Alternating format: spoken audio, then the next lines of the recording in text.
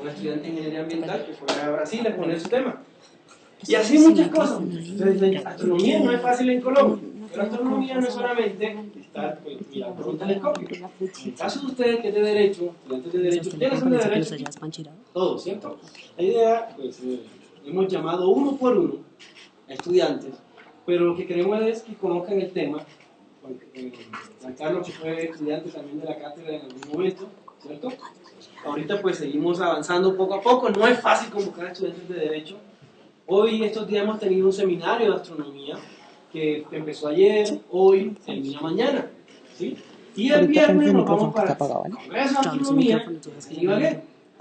Allá pues también vamos a tener a Nancy Sosa, Nancy, que es compañera de Olimpiadas de Astronomía, que el año pasado nos acompañó aquí en Colombia, pero vino de Uruguay. Ella trabaja en el Planetario de Montevideo, Uruguay, y también nos va a hablar de astronomía. La idea es que, pues, yo sé que hoy es más fácil irse a tomar una cerveza, fumarse un cigarro, ir a mamar gallo a la Candelaria. Eso es normal, todos lo queremos hacer. Pero la presencia de ustedes aquí, y el que escuchen a una colega de ustedes, lo que van a ir a hacer a Alemania, que todavía estamos luchando por su tiquete aéreo, que no es fácil y es costoso, pero la idea es tenerla acá. Siempre el apoyo. Colombiano apoya a colombiano. Aquí somos más felices viendo el fracaso de los demás. Pero es más fácil ser alegres, intentar y fracasar en el intento, ¿cierto, mi estimado doctor? Que a no hacer nada y estar como acomodado en el resto de la humanidad, ¿cierto? Eso es más bonito, ir por la sombrita. Pero nosotros no somos así. Entonces, mi maestro Mauri, que es el coordinador de todas las selectivas, que también sufre y convocar a gente porque han estado subiendo y bajando. Pero eso no es sabroso. Por lo menos tenemos aquí algunos, y esos algunos hacen la diferencia. El maestro Mauri, en unas palabras, pues también a nuestra amiga de Uruguay que llegó, es nuestra invitada especial. Mañana vamos a tener una conferencia especializada en la sede del Bosque. Hoy tuvimos un hermoso taller debajo del sol, al aire libre, de astronomía. Muchos chicos y chicas ahí presentes. El maestro Mauri también para que lo conozcan. Y vino a continuación. Bueno, yo le agradezco al doctor Cristian esta gentil invitación de ustedes, la presencia de los conferencistas de Uruguay y demás. Me gusta que sea en un ambiente informal. Yo pienso que el ambiente directivo es un ambiente plástico, es un ambiente útil, pero es un ambiente muy serio en el propósito de ahondar en el conocimiento, de tener rigor académico. También considero pues que en el universo uno debe ser el astro que más brilla. Cuando uno hace las cosas con entrega, con rigor, pues uno tiene un magnetismo que lo hace brillar con luz propia, ¿cierto? Y eso es lo que uno debe retomar de los astros, ese fulgor o ese brillo que lo hace interesante a los ojos de los demás. Ya Nietzsche lo decía, que uno es en los ojos de los otros, ¿cierto? Uno se construye en los ojos de los otros y por demás es un ser fragmentario. Yo pienso que en la astronomía podemos tomar ese concepto, cómo es el brillo de los astros, cómo es la atracción magnética de los astros, ¿cierto? Cómo unos astros orbitan en torno a otros, cómo uno puede ser satélite, puede ser un gran planeta que traiga satélites y aplicarlo a su propia experiencia personal. Yo los invito pues a este camino que nos abre Cristian con sus conferencias y su exploración del universo. Aprovechemos este conocimiento y lo acoplemos a toda nuestra formación de abogados primero y de personas, principalmente de personas, ¿cierto?, que tienen un propósito con la humanidad, consigo mismos y bueno, con el universo. ¿No? Gracias, Cristian, por esta invitación y bueno. A ti, Mauri, gracias por la confianza y seguimos trabajando fuerte. No es fácil, pero no nos rendimos. Gracias. Comencemos con la charla. Listo, nuestra estudiante de Derecho, Lina. Bueno, buenas noches, compañeros. Mi nombre es Dina Benítez, yo soy compañera de Derecho, soy estudiante de Derecho, ya terminé mis materias y realicé mi monografía de grado sobre eficacia de la norma en la protección del cielo nocturno para observación astronómica. Yo ingresé a la cátedra de astronomía y la primera vez que vi Saturno quedé totalmente enamorada y no he logrado salir del mundo de la astronomía, estoy absorta, por eso decidí hacer mi tesis o mi monografía de grado en esto. Inicialmente necesitamos saber qué es la contaminación lumínica para poder hablar de protección del cielo nocturno. La contaminación lumínica es ese resplandor naranja que se ve por la difracción de la luz al cielo. Esa difracción no nos permite ver los objetos celestes como se veían hace muchos años. Como tipos de contaminación, inicialmente tenemos la luz intrusa. La luz intrusa es esa luz que se mete a través de las ventanas porque se encuentra mal ubicada o porque tiene es poco eficiente y tiene más potencia de la que debería y se mete a través de nuestras ventanas. Es el caso, por ejemplo, de ciertas vallas que tienen proyectores mal puestos y no permiten a la gente dormir, porque la luz está todo el tiempo ingresando por la ventana. Eso puede generar varias cuestiones a nivel físico y psicológico en las personas. El deslumbramiento es esa luz que no nos permite focalizar, que cuando la vemos de frente no nos permite ver más allá, que es lo que sucede con esta imagen. Vemos la imagen y no se sabe qué hay detrás de la imagen, porque estamos totalmente deslumbrados y no tenemos un foco visual. La difusión hacia el cielo es la que más nos preocupa a nosotros y es porque esta es la que no nos permite ver el cielo. Estas luminarias, por ejemplo, como se pueden dar cuenta, no tienen ningún tipo de protector y toda la luz se está yendo hacia abajo, hacia los lados y hacia arriba. Lo ideal es que la luz se vaya solamente hacia abajo, por eso estamos tratando de que se haga el principio de luz al suelo y no al cielo, para poder ver las estrellas como las veían nuestros antepasados. Lo ideal sería que, por ejemplo, las futuras generaciones pudieran ver la Vía Láctea como la podemos ver nosotros, con simplemente mirar al cielo. Obviamente nosotros ya no la podemos ver en las grandes urbes, sino solamente en lugares muy apartados. Como consecuencia de la contaminación lumínica tenemos el derroche energético. Gastamos muchísimo dinero que se pierde por ese derroche de energía. El deslumbramiento, que nos puede causar muchos problemas de seguridad, porque, por ejemplo, van dos carros conduciendo y uno deslumbra al otro. Hace que un conductor pierda la visibilidad, y no solamente del otro vehículo, sino también podría ser de un peatón. La intromisión en la vida privada de las personas, por cuanto, como les decía, cosas como la luz intrusa, puede generar daños en el ritmo circadiano de las personas, que es el ritmo que tienen las personas de dormir y trabajar. Todos tenemos un lineamiento. Tenemos que trabajar en el día y dormir en la noche. Estamos alterando ese tipo de cosas. Hay personas que, por ejemplo, duermen con la luz encendida y el televisor encendido, y no se dan cuenta que eso está dañando su producción de melatonina. Y ese daño en la producción de melatonina en las mujeres puede generar cáncer de seno y en los hombres cáncer de próstata. Y además dificulta y pues impide la visión, no solamente de los astros, sino también entre nosotros. Nos daña la investigación astronómica. Como ya les había dicho, pues hay daños en la seguridad, en la salud humana y en la preservación de la vida. Porque, por ejemplo, hay animales, nosotros solamente tenemos un sector de luz que podemos ver, que es el visible. Hay unas luminarias que también trabajan en el ultravioleta y en el infrarrojo. Y hay animales y plantas que sí lo perciben. Entonces, como esos animales y plantas lo perciben, también estamos dañando el ritmo de esos hábitats y de esos ecosistemas. Estas son imágenes de crecimiento de la contaminación. En la parte de arriba está Bogotá y abajo está Medellín. Son las imágenes que tenemos. Estas son fotos actuales, son de inicio de este año. Y ahí podemos ver ese resplandor naranja que se ve en las nubes. No es porque sea el atardecer, es la contaminación lumínica que hay en este momento. Detrás de toda esa luz naranja que hay, deberíamos estar viendo estrellas y cualquier otra cuestión que estuviera sucediendo, planetas, bueno, muchas cosas que suceden y no las podemos ver porque ese resplandor naranja no lo impide. Para empezar a focalizarnos más en nuestro tema de derecho, tenemos que saber primero qué es el alumbrado público. De acuerdo con el decreto 424 de 2006, el alumbrado público es un servicio público no domiciliario que debe cumplir con 3 objetivos, que es dar seguridad a los peatones y a las personas de que pueden ver lo que están haciendo en la noche, permitir que se desarrollen actividades nocturnas y hacer que las personas se encuentren tengan una tranquilidad y una estabilidad que les permita moverse en la noche y trabajar en la noche. ¿Cuáles son las soluciones a la contaminación? Aquí podemos ver unos ejemplos de cómo está mal puesto y cómo está bien puesto un reflector de una luminaria. Inicialmente, la lámpara nunca debe sobresalir de la boca del reflector. El cristal debe ser plano y transparente y la boca del reflector debe orientarse siempre hacia el suelo con el cristal de cierre en posición horizontal. ¿Qué quiere decir esto? Por ejemplo, tenemos el poste. Hemos visto que, por ejemplo, cuando se va a hacer una luz ornamental, o sea, una luz de decoración, la ponen así, de abajo hacia arriba. Y estamos generando totalmente difusión hacia el cielo. Y si nos ponemos a observar, hay lugares de la valla que están oscuros. Entonces, es poco eficiente y realmente no estamos generando el impacto que se desea en esas vallas. El grado en el que se pone la luminaria es supremamente importante porque dependiendo de eso la luz va a ir al suelo, a los lados o al cielo. Aquí tenemos un ejemplo de una luz ornamental. Como podemos ver, la luz va hacia abajo, hacia los lados y hacia arriba. Esta es la luz ornamental más común, que es la luz de globo. Como podemos ver, es totalmente ineficiente, porque la luz se va para todos lados menos para abajo. Entonces, cuando vemos un globo, generalmente la zona debajo del globo no tiene luz. Es totalmente inseguro. Entonces, si tenemos, por ejemplo, una vía peatonal solamente con globos, pues es de las vías peatonales más inseguras que puede haber, porque todo por debajo pues, va a estar oscuro.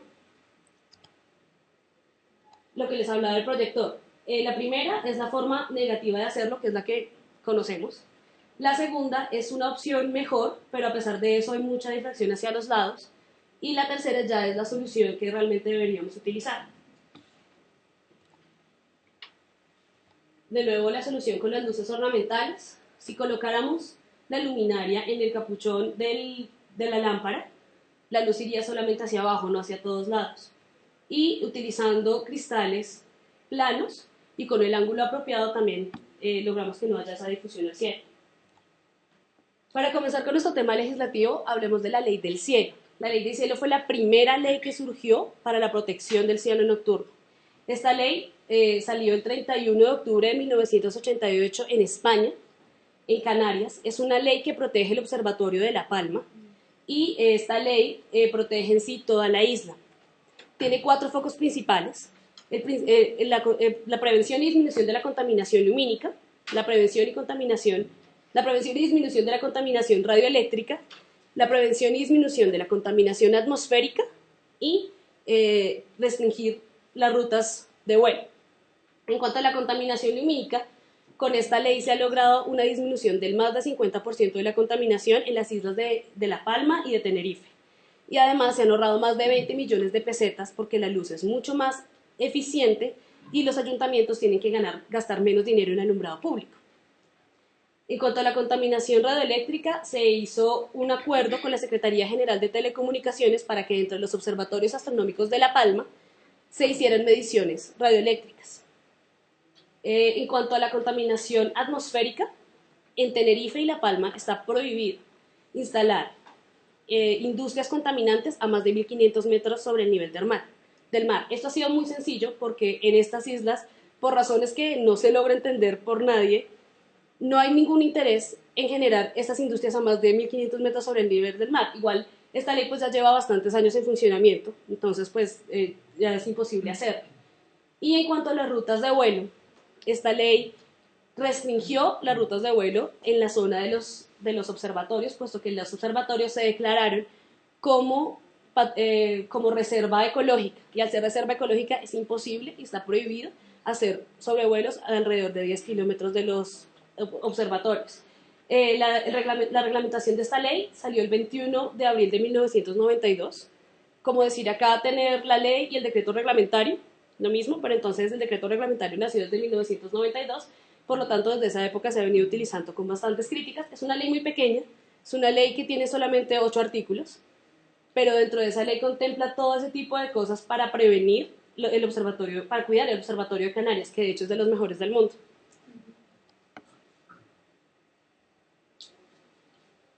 Bueno, la iniciativa Starlight. Luego de surgir toda esta cuestión en Canarias y de los movimientos que se crearon, surgieron varios grupos como son el grupo Starlight y el grupo Dark Skies. Starlight es una agrupación de naciones que buscan que se defienda el derecho a ver las estrellas. La iniciativa Starlight es un acuerdo, es una campaña mundial para defender las estrellas y la calidad de cielos.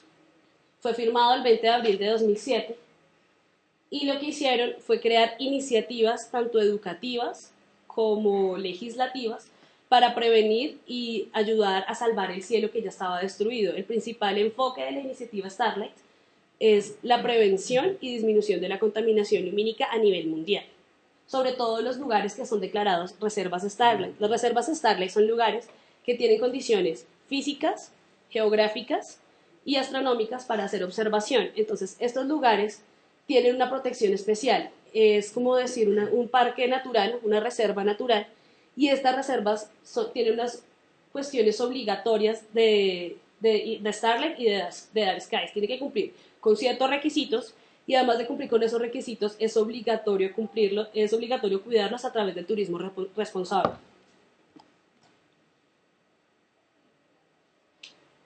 Dentro de esa primera conferencia, Starlight, se firmó la Declaración Mundial en Defensa del Cielo Nocturno y el derecho a observar las estrellas. Este derecho está avalado por la UNESCO y se basa en 7 enfoques principales. El primero es que el derecho al cielo nocturno es un derecho inalienable, es un derecho equiparable con los derechos sociales y culturales de los seres humanos. Es decir, la idea de Starlight es que ese derecho sea incluido en todas las constituciones mundiales como un derecho fundamental de las personas, porque es que ver las estrellas debería ser promovido y cuidado para todas las personas del mundo.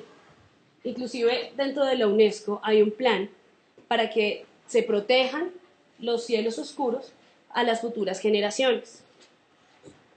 El segundo énfasis fue la difusión de la astronomía a través de la educación.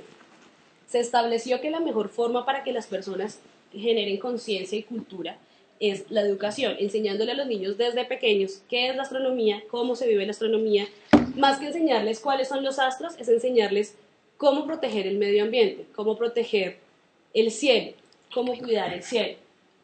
El simple hecho de enseñarles qué es la contaminación lumínica, las soluciones, cómo evitarla, las consecuencias que esta trae para todos los seres humanos y para los demás hábitats, es lo que se pretende como tal con la iniciativa Starlight.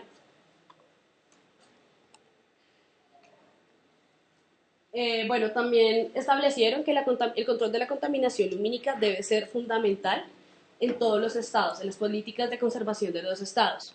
La idea de Starlight es que dentro de cada Ministerio de Medio Ambiente de cada país se establezca una legislación que obligue a controlar la contaminación lumínica, con mediciones, con normas, con estudios, con investigaciones. Esa es la idea inicial de Starlight. Y como les hablaba también, la idea de ellos es proteger las reservas, los lugares reservas Starlight. Para iniciar un proceso de declaratoria de reserva Starlight, pues realmente es bastante tedioso, porque hay que tener una organización bastante fuerte que haga la solicitud, hay que tener un grupo de personas que estén haciendo investigaciones, no solamente astronómicas, sino también biológicas. Hay que tener pues bastante dinero para pagar la membresía como tal de Starlight. Lo que estamos tratando de hacer ahora es que nosotros tenemos un lugar especial para hacer observación astronómica, que es el desierto de la Tatacoa. Realmente el desierto de la Tatacoa no es un desierto, es un bosque seco tropical, pero se le ha dado ese nombre, culturalmente tiene ese nombre. La forma de herradura, el desierto es como un plano. Ese plano tiene una zona protegida que ya es parque natural, fue declarado en el 2007 parque natural y es la zona de la herradura.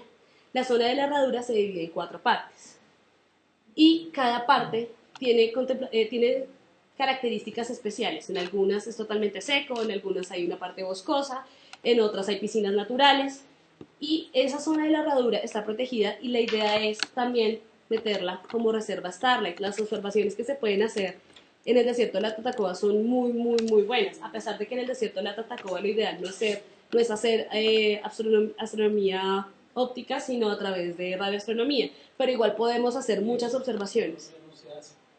Perdón, la posibilidad de tener radioastronomía en el desierto de la Tatacoa, en el bosque seco tropical de la Tatacoa.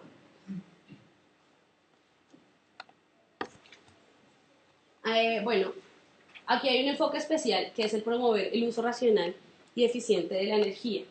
Ya más adelante veremos que en nuestro país estamos iniciando a promover el uso racional y eficiente de la energía, pues a pesar que tiene un enfoque que no es totalmente medioambiental, pero sí estamos empezando a hacer. Y la última es el turismo responsable. El turismo responsable trae muchos beneficios, no solamente económicos, sino que, por ejemplo, si tenemos un lugar y lo cuidamos como reserva, eso podría traer muchos beneficios para la comunidad que se encuentra en ese lugar. Entonces la idea es que se promueva el turismo a esos lugares, que se busquen salidas astronómicas, que se creen grupos de astronomía para que hagan esas visitas a estos lugares. Toda la información de Starlight la pueden encontrar en esa página web. Esta es la página como tal de Starlight. Ellos tienen ahí toda la información que ustedes deseen saber al respecto. Están todas las declaraciones. El año pasado se hizo una conferencia, la 3ª conferencia mundial de Starlight, también se hicieron nuevas declaraciones y pues, o sea, en esa página encuentran toda la información que deseen saber acerca de Starlight, no solamente de cosas normativas, sino también de instrucciones pues generales, ¿no? Todo lo que ustedes deseen saber al respecto. Para iniciar con la reglamentación en Colombia sobre contaminación lumínica tengo que hacer una aclaración, y es que en Colombia no hay reglamentación sobre contaminación lumínica. No encontramos una norma que diga norma para la protección del cielo nocturno, no existe. Todas las normas que se van a explicar ahora se están haciendo solamente porque tienen cierta relación y pueden ayudarnos a proteger. Inicialmente hablamos de la Constitución en los artículos 8, 63, 79, 80 y 95. Estos artículos hablan de la responsabilidad estatal y de la responsabilidad personal de cuidar el medio ambiente y de garantizar ese ambiente sano para las futuras generaciones. Todos tenemos derecho a un medio ambiente sano, de eso habla el artículo 8 y el 79, y la idea es que protejamos ese ambiente sano.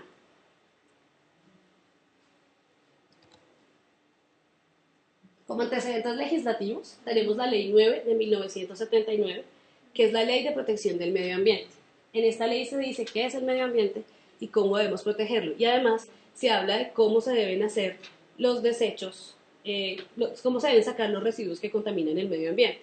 En su artículo 41 esta ley nos habla de los desechos atmosféricos, cómo debemos sacar, del artículo 41 en adelante nos habla de cómo debemos sacar los desechos atmosféricos.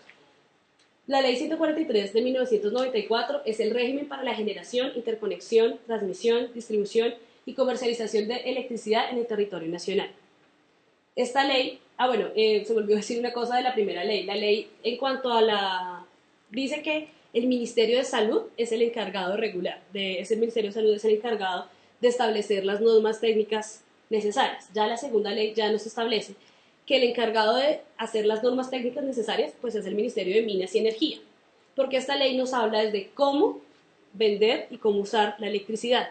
Nos dice cómo implementarla, dónde venderla, cómo importarla, todos los pasos de la cadena de electricidad, desde el momento de la recepción de la fuente eléctrica hasta su uso y hasta su posible reutilización. La ley más importante que podemos tratar en este momento es la Ley 697 de 2001, el uso racional y eficiente de la energía, URE. URE nos permite saber qué es el uso racional y eficiente de la energía, aunque debo aclarar que esta ley tiene un enfoque mucho más económico. Esta ley lo que trata es que a través del uso racional las personas no tengan dificultades de energía. Recordemos que en el año 2001 fue un año de mucho racionamiento energético, porque había mucha sobrecarga energética, entonces tuvimos bastantes racionamientos. Entonces salió esta ley como respuesta a esos racionamientos para que se hiciera más eficiente el uso de la energía y se racionara menos la energía.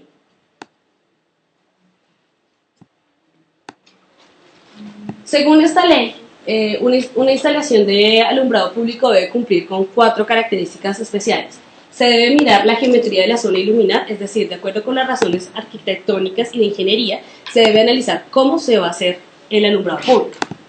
Se debe hacer una adecuada selección de luminarias, como les decía, las ornamentales y las de alumbrado público son diferentes.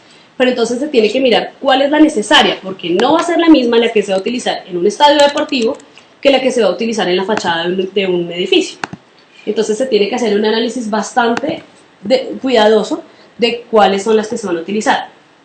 Se va a hacer una selección del tipo de tecnología. El tipo de tecnología que estamos en este momento autorizados para utilizar son las lámparas de sodio de alta presión, que son poco contaminantes, los aluros metálicos, que son medianamente contaminantes, y las de mercurio. Debo aclarar que las de mercurio son las más contaminantes de todas.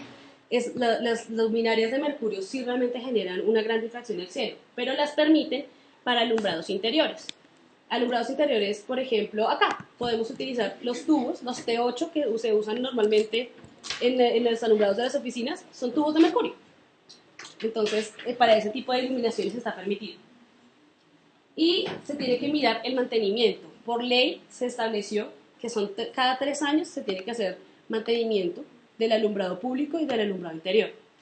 Esta ley obligó a que muchas empresas cambiaran su sistema de iluminación, porque la mayoría tenían mercurio, y como mercurio no se puede utilizar en el exterior, tuvieron que cambiar casi todas las iluminaciones interiores. Este es un ejemplo de cómo se tiene que utilizar la iluminación exterior. Esta es la iluminación que se debe utilizar para las vías vehiculares. Es la tabla 12 de la norma NTC, la norma técnica colombiana 900. En la norma técnica colombiana 900 es donde se establece cómo se debe utilizar el alumbrado público. Para las vías que tienen velocidades de 30 a 60 km por hora es M2 y para las que tienen menos de 30 km por hora es M3.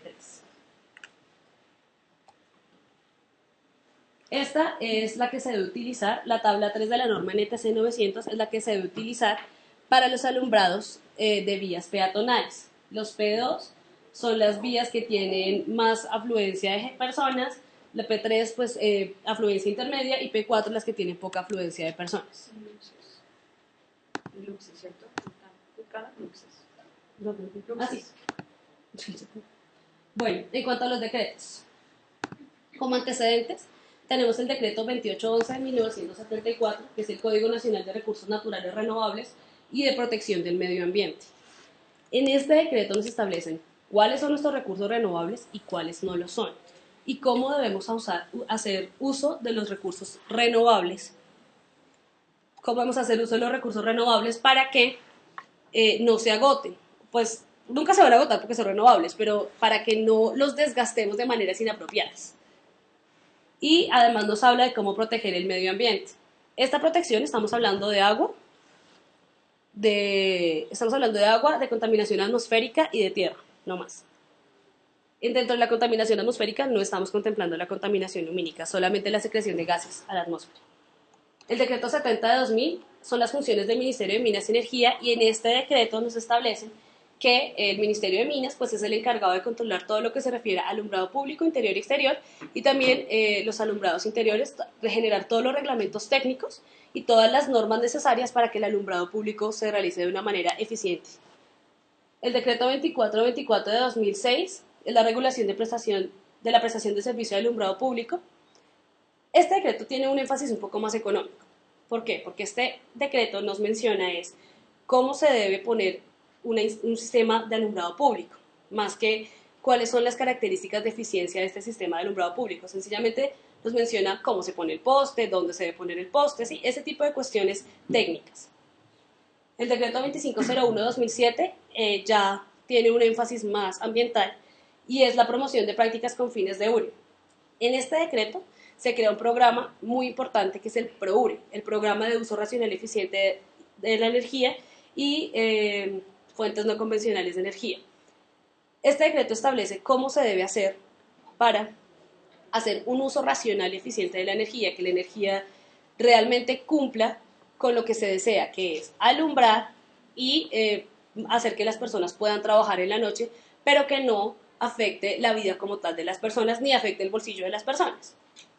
El decreto 3550 de 2008 son las medidas tendientes al uso racional y eficiente de la energía eléctrica. Este decreto prohibió desde el 1 de enero del año 2011 el uso de luminarias que no fueran eficientes. ¿Por qué lo prohibió? Más adelante veremos que hay un reglamento técnico que estableció cuáles son las luminarias eficientes. Entonces, de acuerdo con este decreto, se prohibió el uso de las que no fueran eficientes y se permitió solamente el uso de las ineficientes en situaciones especiales que sean decretadas por el Ministerio de Minas.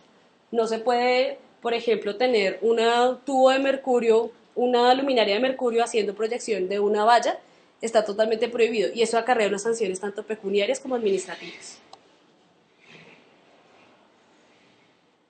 El PROURE, Programa de Uso Racional y Eficiente de Energía y Fuentes No Convencionales en Colombia, tiene un plan de acción desde el año 2010 hasta el año 2015 con visión al año 2020 y se está tratando de hacer un uso racional de la energía.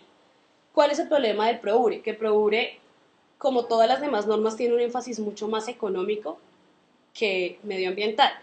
La idea del PROURE es que no se desperdicie energía, ni por pérdida de calor, ni porque la luz se esté usando en lugares donde no se debe utilizar, sino la idea es que se enfoque la luz donde se tiene que usar y pues genere la eficacia deseada.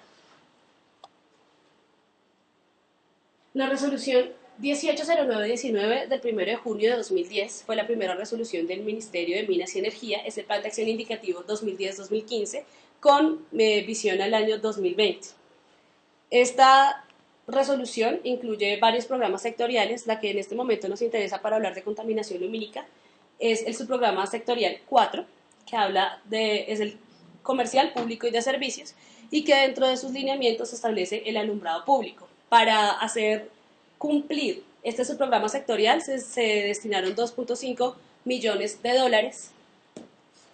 Hasta el momento se ha ejecutado más de la mitad tratando de hacer eso. Ahora, ¿qué hicieron? Hicieron un cambio de las luminarias en las zonas nacionales que eran de parte de la jurisdicción del Ministerio de Minas.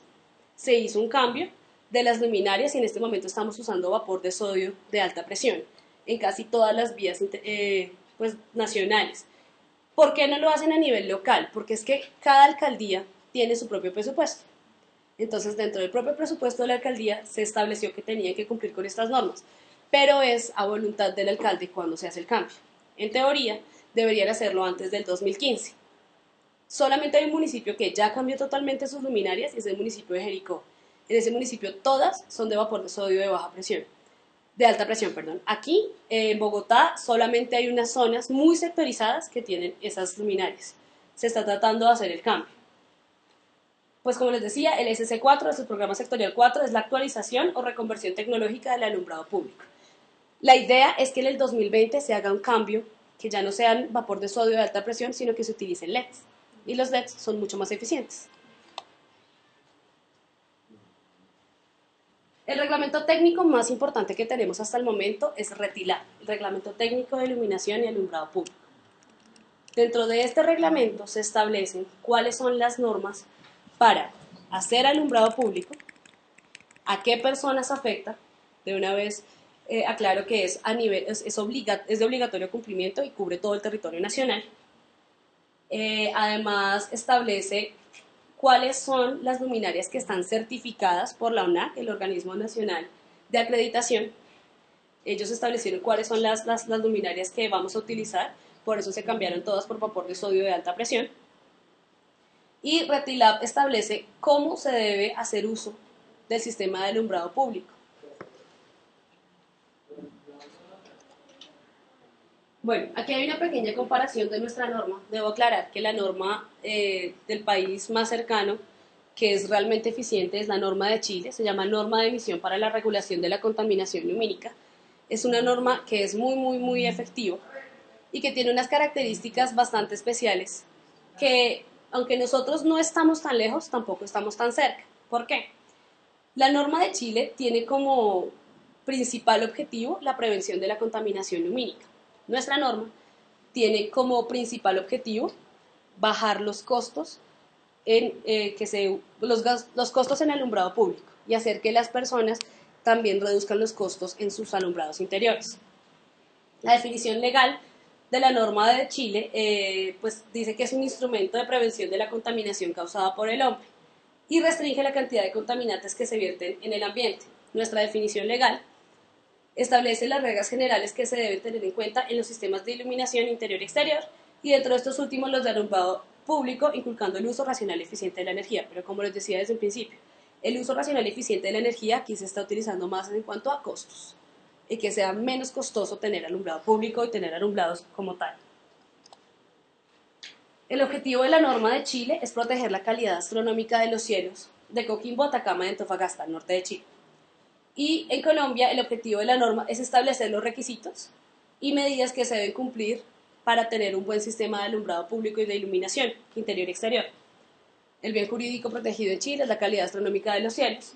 El bien jurídico protegido en nuestro país es la vida, salud humana, animal y vegetal y la protección del medio ambiente. Pero a pesar de que esto existe, dentro de RETILAP hay un artículo que dice: para sancionar a aquellas personas que violenten el medio ambiente a través de malos usos de alumbrado público, se creará una entidad que regule las sanciones, una entidad medioambiental que regule las sanciones. Hasta el momento estamos esperando que se cree la entidad, todavía no existe. Y inclusive en ese plan de acción que les mostré 2010-2015, tampoco existe la contemplación de que se cree esa entidad. Entonces estamos esperando que se cree. Tal vez se está haciendo un proyecto para que se cree a través del Ministerio de Medio Ambiente, pero pues hasta el momento es un proyecto. Igual también debo aclarar que Retilab en este momento se encuentra en un proceso de debates para hacer un cambio, para modificar ciertas regulaciones, pero son cuestiones técnicas, que el ángulo del poste, que la altura del poste, que hasta dónde se tierra el poste, ese tipo de cosas las están cambiando. Es un poco más técnico, pero en sí que se cambie el enfoque para hacer una protección medioambiental, actualmente no lo estamos haciendo. El control de la norma. En Chile, bueno, esto sí es muy parecido. Realmente en Chile se tiene que hacer una certificación de las luminarias que se van a utilizar para alumbrado público, aquí también. Aquí se tiene que certificar qué luminaria se importó, cómo se importó. De hecho, existe un formatico que se tiene que llenar, como cuando una persona va a construir va a hacer alguna modificación en su casa. Tiene que ir a la curaduría para que en la curaduría le aprueben, y si le aprueban un piso, es un piso, no dos. Lo mismo pasa acá con el tema de alumbrado. Si le aprueban 2 postes, son 2 postes, no son 3. Y puede incurrir en sanciones si falta a ese principio. Contenidos de la norma. Nuestra norma es un poco más larga, pero si se dan cuenta, nuestra norma está un poco, en cuanto a contenido, está un poco más atrasada. ¿Por qué?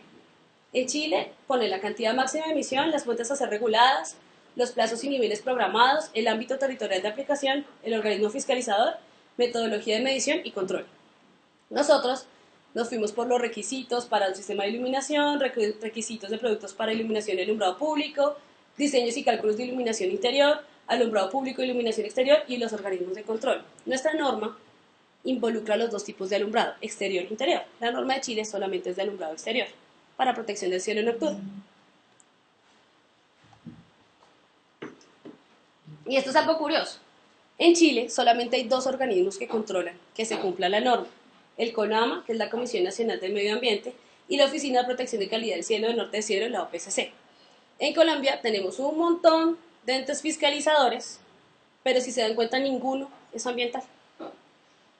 Tenemos la ONAC para certificar que las luminarias que trajeron sí cumplan con Retilab. Control fiscal a través de la Contraloría General de la República. Control las empresas de servicios públicos domiciliarios, pues la Superintendencia de Servicios Públicos Domiciliarios. Control técnico a través de las interventorías de los contratos de prestación de servicios de alumbrado público. Dentro de la norma de alumbrado público se establece que tiene que existir una interventoría para que revise el servicio de alumbrado público, por lo tanto pues tiene que estar también como control técnico. Control aduanero, pues la DIAN para revisar que sí se cumpla con las importaciones como tiene que ser de luminarias, y la Superintendencia de Industria y Comercio, porque hay algunas entidades que prestan el servicio de alumbrado público pues que son industriales y comerciales. Bueno, en sí esta es como la comparación que tenemos de nuestras leyes colombianas. No hemos tenido más avance normativo hasta el momento, vamos solamente en Retilab. La idea es que este reglamento técnico se cumpla como se tiene que cumplir. Este reglamento técnico tiene un defecto muy grave, y es que arrancó a regir desde el 2010 y no es retroactivo.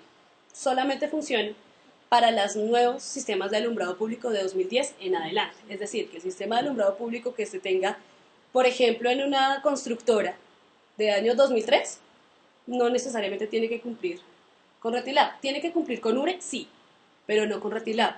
Pues los reglamentos técnicos están establecidos en Retilab. Y con relación a eso, si esos sistemas se dan cuando hagan el cambio, ¿lo van a hacer por el nuevo sistema? Sí, eso sí fue algo que incluyó la norma, y es que cuando haya un daño, tiene que volver a hacer todo como Retilab. Pero entonces eso genera otra complicación. Y es que si, por ejemplo, en un lugar quieren hacer una ampliación de un sistema de alumbrado público y ese sistema es de año 2003, lo pueden hacer como 2003. No lo tienen que hacer de ahí en adelante. Así sea una ampliación, no importa, la tienen que hacer con la norma anterior, porque no es retroactivo. Bueno, para terminar vamos a hablar un poco de qué es el Patrimonio Astronómico de la Humanidad de la UNESCO. Patrimonio Astronómico de la Humanidad de la UNESCO es un acuerdo que se realizó entre la Unión Astronómica Internacional y la sección de Patrimonio de la Humanidad de la UNESCO. Desde el 2004 se está tratando de hacer esto. El patrimonio, esto se creó a través de un portal, se llama Portal to the Heritage of Astronomy. En este portal se establece cuáles son los requisitos para que un lugar sea declarado Patrimonio Astronómico de la Humanidad. Y pues lo que hicieron fue hacer 3 conferencias. En esas 3 conferencias generaron las declaraciones para ver qué es un patrimonio astronómico. Hablaron de muchas características que podían llegar a ser patrimonio astronómico, pero declararon que las que van a utilizar son estas 4 características culturales. Primero, que sea un lugar, tiene que tener 4 características, cumplir con alguna de las 4 características. Que sea un lugar tangible fijo, que tenga características de tangible movible, de intangible o natural. Si tiene características de tangible fijo, estamos hablando de un monumento o de sitios que tienen valor astronómico. Si estamos hablando de tangible movible, son instrumentos y artefactos que también tienen valor astronómico. Si es intangible, los conocimientos e ideas, todos los libros y demás producciones astronómicas también pueden ser declarados Patrimonio Astronómico de la Humanidad. Y por último, las naturales, que son los paisajes y los cielos. Lo ideal sería que, por ejemplo, nuestro desierto de la Tatacoa aplicara para el patrimonio astronómico natural.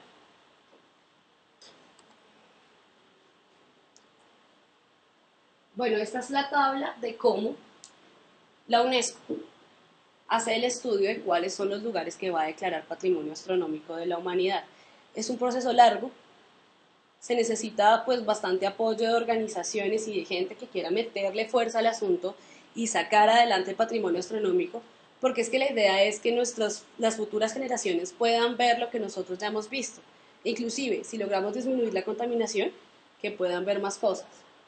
Entonces, pues la motivación es para que trabajemos todos juntos para que se logren este tipo de cosas, lograr que lugares como el desierto de la Tatacoa sean nombrados Patrimonio Astronómico de la Humanidad, y hay muchos lugares que están tratando de hacerlo. Actualmente solamente hay 2 lugares en Latinoamérica que están tratando de ser Patrimonio Astronómico de la Humanidad, los 2 lugares quedan en Chile, y están haciendo el esfuerzo más grande para que esto se pueda lograr.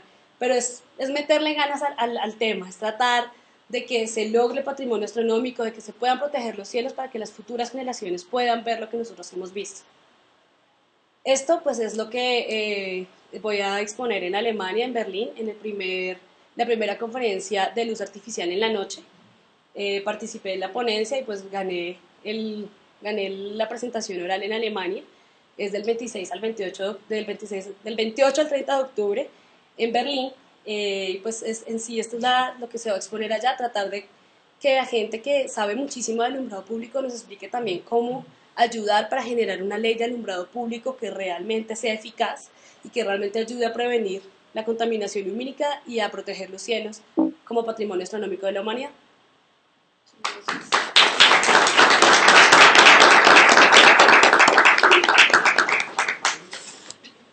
Si tienen preguntas, usted hablaba de Skyline. Starlight. Starlight. Y mi pregunta es, ¿debemos, para hacer un cambio, una iniciativa legislativa de peso, estar aceptados en Starlight? Usted dice que, bueno, que eso es costoso.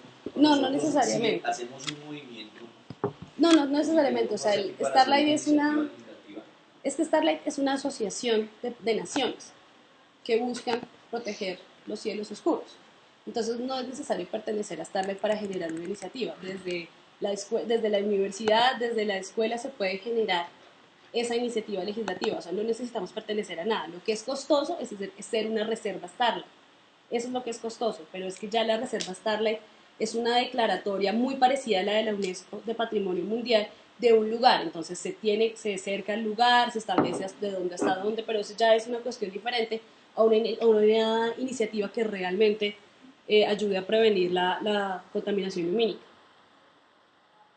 Cuando usted habla de la creación de una entidad que regule, o sea, no tenemos una entidad como tal. Medioambientalmente hablando, no, porque las funciones de energía las tiene solamente el Ministerio de Minas. Entonces, el Ministerio, por ejemplo, de Medio Ambiente no tiene ninguna injerencia al respecto. Entonces, por eso se hablaba de generar una nueva entidad que genere sanciones para las faltas medioambientales, pero hasta el momento no existe.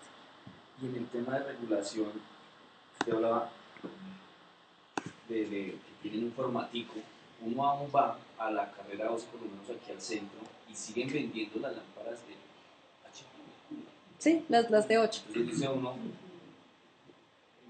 La cuestión es de ¿cómo eficacia. hacemos? Exacto. No, inclusive, hace poco asistí a la Cámara de Comercio para traer mercancía de China y veía materiales eléctricos, electrónicos, y ahí aún están, o sea, uno lo puede comprar fácilmente. Por eso. ¿Cómo hacemos para que de verdad para implementar una regulación que funcione? Es que por eso es una lucha mundial bastante grande, porque es que no solamente pasa aquí, pasa en todo el mundo. En todo el mundo todavía hay lámparas de mercurio, en todo el mundo sucede lo mismo. Y es que es muy costoso hacer el cambio. Por ejemplo, si yo quisiera tener en mi casa solamente luminarias de vapor de sodio, que son las más eficientes, el cambio sería exageradamente costoso. Para Colombia el único lugar que vende esas lámparas es Philips. Y cada luminaria vale 40 euros. La más barata. Hay luminarias también de 120 euros.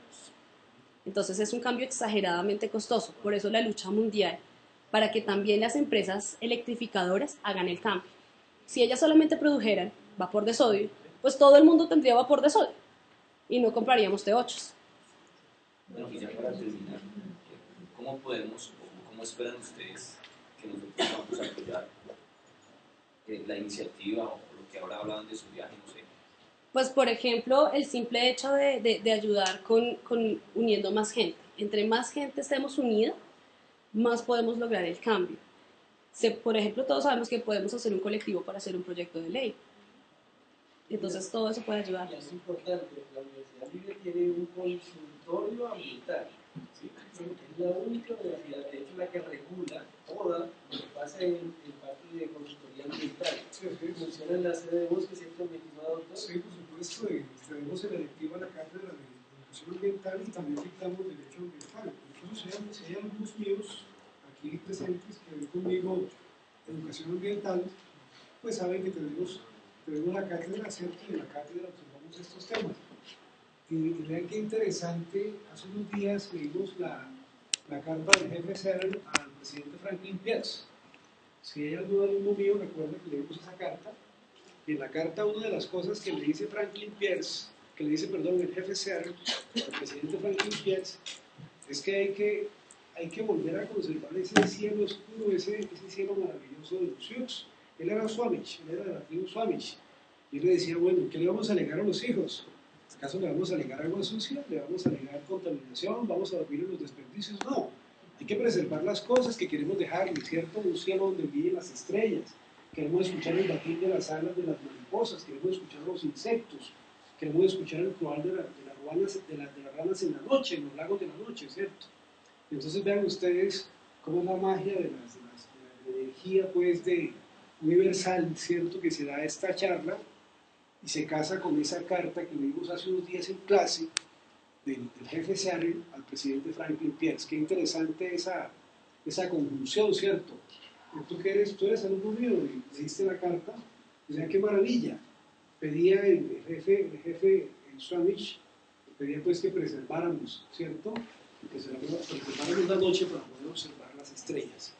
Qué buena tu charla, Lina. Gracias. Te felicito.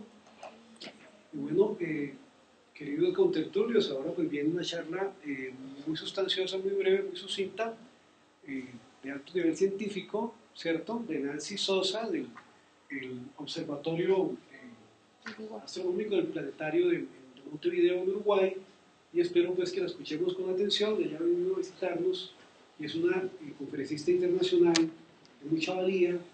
Espero pues de su participación. Sigue por favor, Nancy, es todo y todo. Bueno, muchas gracias, no es para tanto. Bueno, como sé que, digamos, estoy hablando para un público que no tiene nada que ver con astronomía, voy a intentar explicarles justamente de qué se trató este trabajo, que, bueno, lo que intentamos hacer es ver la producción de polvo en un cometa. Ustedes pensarán, ¿para qué me importa saber cuánto polvo tira un cometa?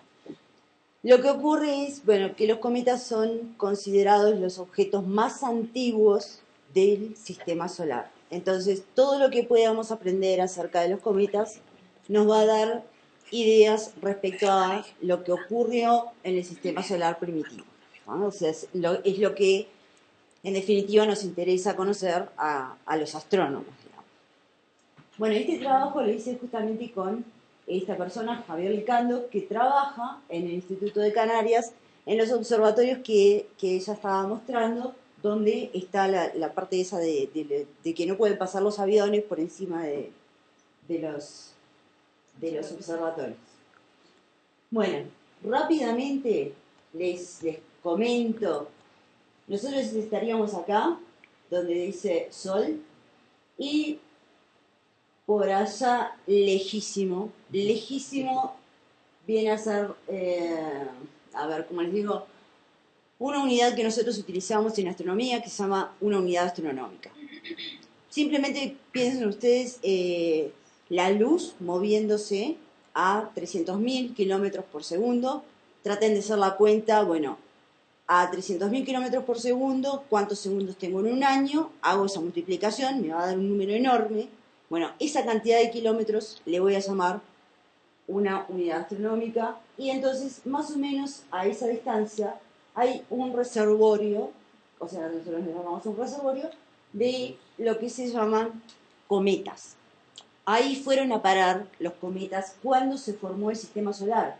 Aquí, digamos que únicamente podemos ver el Sol, y por acá está Júpiter, y acá hay un tipo de cometas que se llaman centauros, que es justamente el tipo de cometa que nosotros vamos a estudiar. En la parte donde está Júpiter, Saturno, Urano, Neptuno, que son los planetas más externos del sistema solar. Bueno, esta no se ve muy bien, pero digamos aquí pueden ver la órbita de Júpiter, Saturno, Neptuno. Todo por aquí están los objetos que se están descubriendo en estos últimos años, estos últimos 10 años, que se llaman los transneptunianos. Y por aquí, en las órbitas, entre las órbitas de estos planetas que se llaman los planetas gigantes, porque justamente son planetas muy grandes, son los que se llaman los centauros. Bueno, ahí estaría. Bueno, y este es el cometa que nosotros estudiamos. El nombre es bastante impronunciable, entonces le pongo 29P. Lo que tiene de particular es la órbita, es prácticamente circular y está ubicada entre las órbitas de Júpiter y Saturno. Esta no es una órbita muy estable, eso quiere decir que a lo largo de, bueno, miles de años astronómicamente no es mucho tiempo, pero que a lo largo de miles de años este cometa obviamente va a volar de ahí, se va a ir para otro lado, se va a mover a otra órbita, porque esto justamente, como decíamos, las órbitas de los centauros no son órbitas estables. Ahora, ¿qué tiene de particular este cometa? Que está muy lejos, o sea, Júpiter, para que se haga una idea, con la comparación que hacíamos antes, está más o menos a unas 5 unidades astronómicas, y a unas 3 unidades astronómicas está lo que nosotros llamamos la línea de nieve. La línea de nieve es el lugar donde el agua, o sea, me voy alejando del Sol, entonces a 3 unidades astronómicas, ahí el agua pasa a ser sólida. O sea, si me acerco hacia el Sol, entonces ahí el agua ya se vuelve líquida. Ahora, ¿qué ocurre? La mayoría de la actividad en los cometas está asociada justamente con la evaporación de agua. Sin embargo, este cometa, por algún motivo extraño, tiene muchísima actividad y no se sabe cuál es la causa de esa actividad. Y lo que sí sabemos es que no puede ser el agua, porque a esa distancia el agua está totalmente congelada. Entonces, bueno, digamos, es lo que tiene de raro este cometa y por lo cual lo estudiamos. O sea, vamos a tener un estado, digamos, medio de latencia, y después, cuando está muy activo, es lo que se llaman los estados de outputs. Bueno, acá es cuando lo descubrieron. Esto va a pasar medio rápido. Bueno, entonces, observen estas dos imágenes.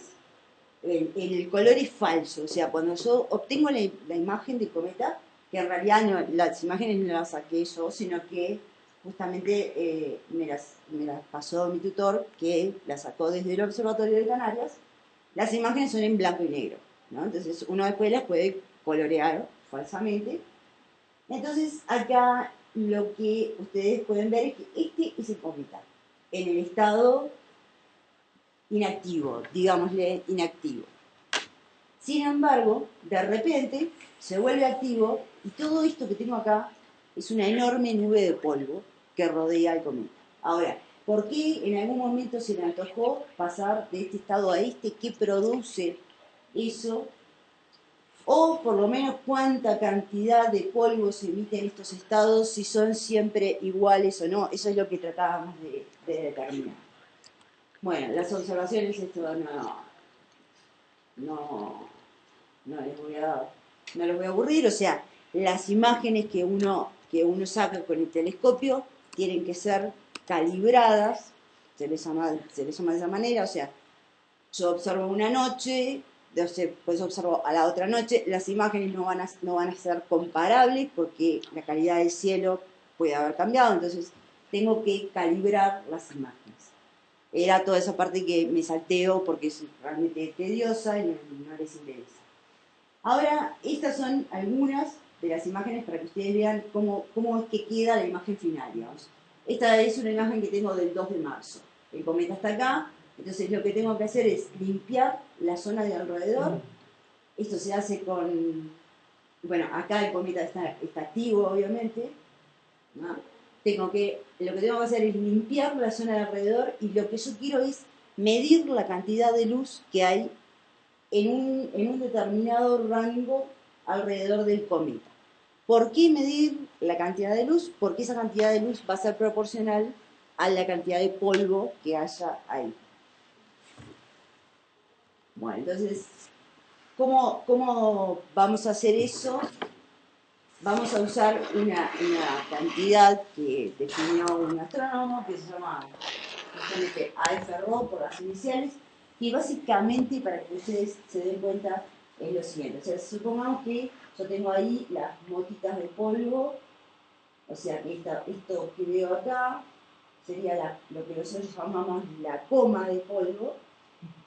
Entonces acá están las partículas, cada una de ellas con una determinada área sigma, y después voy a tener, digamos, cuánto llenan de esa coma de polvo que tengo ahí. Estas partículas es lo que llamamos el filling factor, o sea, cuál es el porcentaje de esa área que está cubierta de partículas, y después una cantidad ρ que es simplemente la distancia, el radio o la distancia a lo que sería el punto más brillante del núcleo del cometa. Bueno, ahí haciendo cuentas y cuentas, uno llega a que puedo determinar, vamos a ver, primero esta, de que puedo determinar la cantidad de polvo que tengo alrededor del cometa, simplemente midiendo el flujo. El flujo es lo que yo les decía, mido la cantidad de luz que tengo en los píxeles, o sea, acá está cuadriculado porque justamente la imagen es una imagen CCD, o sea que tengo montones de píxeles ahí y tengo que medir la cantidad de luz, o sea, la cantidad de luz que tengo en una determinada área. Entonces, simplemente con medir ese flujo de luz me va a alcanzar para determinar la cantidad total, en este caso, de polvo. Y después, otra de las cosas que puedo hacer es unas pequeñas transformaciones matemáticas para determinar qué pasa en anillos concéntricos para ese cometa. O sea, puedo determinar todo el flujo de polvo alrededor del centro o en distintos anillos. Entonces hicimos los dos estudios. Bueno, ¿qué pasa con los estados inactivos, supuestamente, del cometa? Bueno, esto lo paso. bueno, aquí no se ve muy bien. Estos son los perfiles que uno obtiene para esas curvas, que yo les decía, AF-Rho, y el sigma F, que es en los anillos. Y entonces, como ustedes, bueno, acá no sé si se llega a notar, pero están las curvas están muy claritas. Pero digamos, lo que uno busca es, bueno, ¿hasta dónde llevo el polvo? ¿Hasta dónde tengo polvo? Entonces, en estos anillos me voy fijando. Bueno, acá el polvo empieza a disminuir, pero en algún momento se hace constante. Entonces, ahí donde se hace constante, digo, bueno, hasta ahí llegó el polvo que emitió el cometa. Entonces, si vengo a esta otra curva, entonces lo que voy a tener aquí es el polvo emitido, obviamente acá tengo un máximo que estará en el núcleo, y considero que hasta acá es donde tengo polvo del cometa. Gracias, no se ven los colores.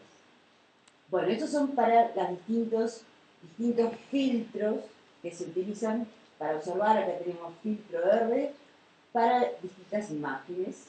Lo que me interesa que ustedes vean es, bueno, acá no se ve. Las líneas se ponen horizontales, digamos, a distintos valores. O sea, mejor lo van a ver en esta tabla. Si yo miro para las distintas fechas, el valor en que esto se vuelve horizontal no es constante. Entonces, para empezar, esto me está diciendo que ese cometa, en realidad, no es que está siempre inactivo. Nunca estoy viendo el núcleo pelado. Siempre tiene alguna pequeña contribución de polvo alrededor.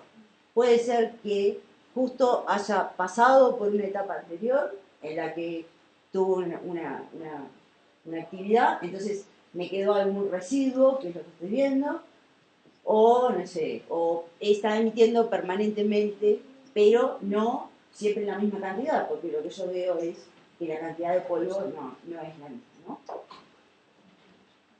Bueno, entonces, ¿qué cosas puedo obtener a partir de estas curvas?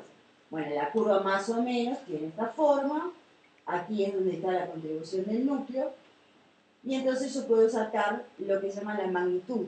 La magnitud le llamamos nosotros al brillo de un cometa o de lo que sea, ¿no? O de una estrella. Bueno, entonces hicimos las magnitudes del núcleo, lo cual es bastante arriesgado en este caso hablar de la magnitud del núcleo, porque yo no sé si estoy viendo el núcleo solamente o si tiene una pequeña capita de polvo alrededor, pero bueno, obtuvimos estos valores. Esto es para el filtro R, para el filtro B, teníamos menos imágenes obviamente. O sea, el filtro R es el que utilizamos más porque ahí es donde se detecta el polvo, que es lo que a nosotros nos interesaba. Y una vez que tengo la magnitud en ese filtro, puedo utilizarlo, bueno, según una cierta relación teórica, para calcular el núcleo de ese cometa. Según los cálculos que nosotros hicimos, nos dio más o menos que tiene un radio de 19 kilómetros. Ahora, este cometa obviamente ha sido muy estudiado por esa característica que yo les digo, de que tiene actividades variadas, digamos, espontáneas e impredecibles, y existen infinidad de valores de radios determinados, como ustedes pueden ver acá. Esto sería datos de la literatura, desde 70 kilómetros, 15 kilómetros, 27, o sea, depende de quién haya medido y cuándo son los valores que uno quiere. Bueno, ahora lo que les estoy mostrando ya son las imágenes. Las imágenes, estas corresponden a enero y febrero, calibradas, o sea, esa cantidad que yo les decía de la AF-Rho, lo que hago es transformo esta imagen original que yo tenía, la calibro en el sentido de que pueda comparar una noche con la otra, y además le aplico los factores para que lo que yo estoy viendo en esa imagen, o sea, lo que yo mido en cada píxel, es el valor de la AF-Rho. Entonces, fíjense que acá, por ejemplo, tuvimos suerte de que agarramos en enero 17, el cometa ahí parece como que está muy pancho, ahí inactivo, y de repente acá ya presenta actividad, y después lo que estoy viendo es simplemente esa nube de polvo que se está expandiendo.